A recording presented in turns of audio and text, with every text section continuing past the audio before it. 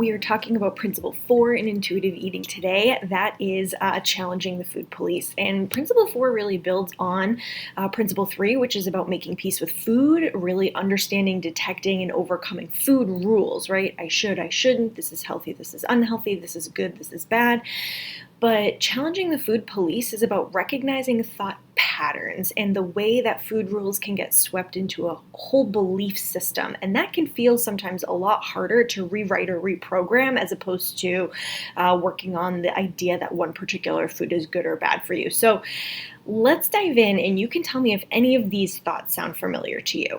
I'm either 100% following my plan and on top of things, or I completely fall off, I'm off the rails, and I feel completely out of control again. This is an example of black or white thinking. Something is either all one thing or it is completely the opposite. And we run into this a lot here at our practice working with people at the comp clinic. The way through black and white thinking and the way to resolve it is to really develop gray space. And I think this idea is becoming more and more popular. So you've probably run into it before, but the idea of cultivating gray space has to do with identifying that you're probably exaggerating, right? Going way over the top. I'm either doing 100% of one thing or 100% of the other, and finding the spaces in between that, for example, maybe what you feel like was completely off the plan, actually you were maybe still doing a few things that were in line with your values and things that were really important to you and that you wanted to do, but maybe these other things just felt so overwhelming that it felt like falling off. Or potentially that maybe if you really did have a bad day, it doesn't mean that everything is kind of wiped out and you have to start over from zero. Tomorrow can be a fresh day to recommit to your values, focus on intuitive eating, and try again the next day. I will never attract the partner that I'm looking for or the kind of job that I want as long as my body looks like this. This is an example of catastrophic thinking. Everything in my life is going wrong and food is probably to blame.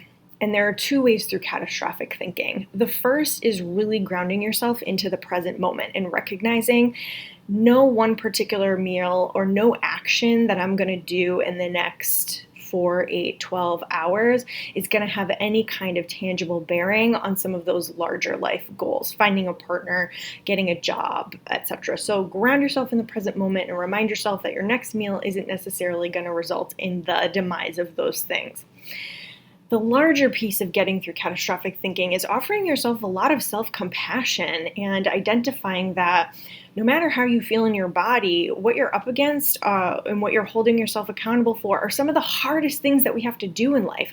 Finding the perfect partner or finding the perfect job, those are really tall orders no matter what your body size is. And so give yourself some grace, recognize that you're taking on a lot right now in this moment if these are your thoughts, and work on just grounding into the present moment. And also identifying that people of diverse body sizes, no matter what they look like, find the partner for them and find the perfect jobs for them. So, work on minimizing or reducing some of the grandiosity of some of that thinking and work on small present moments to get yourself through. I cannot do any of this right. I didn't exercise enough, I ate wrong, I'm making all the wrong choices, and I'm a complete total failure. This is an example of pessimistic thinking. If everything I'm doing is wrong, what's the point of making the effort at all?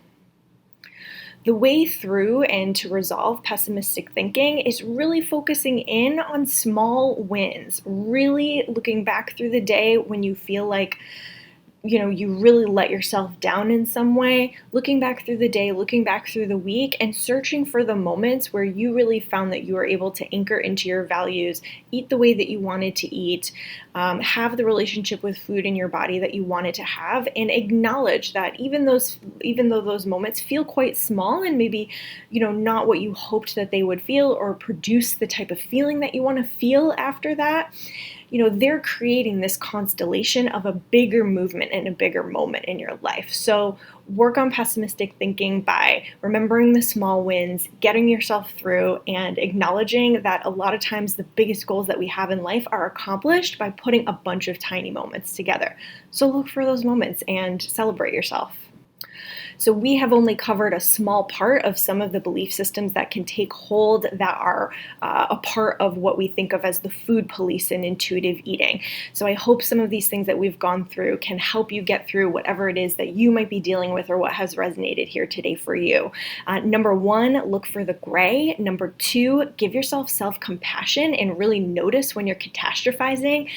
Stay grounded in the present moment. And then number three, focus on the small wins. Look for the ways that you are staying true to yourself, authentic to your beliefs, and really, really working on your relationship to food and exercise. Celebrate those and recognize that those small wins and victories are going to be what helps revolutionize your relationship to food.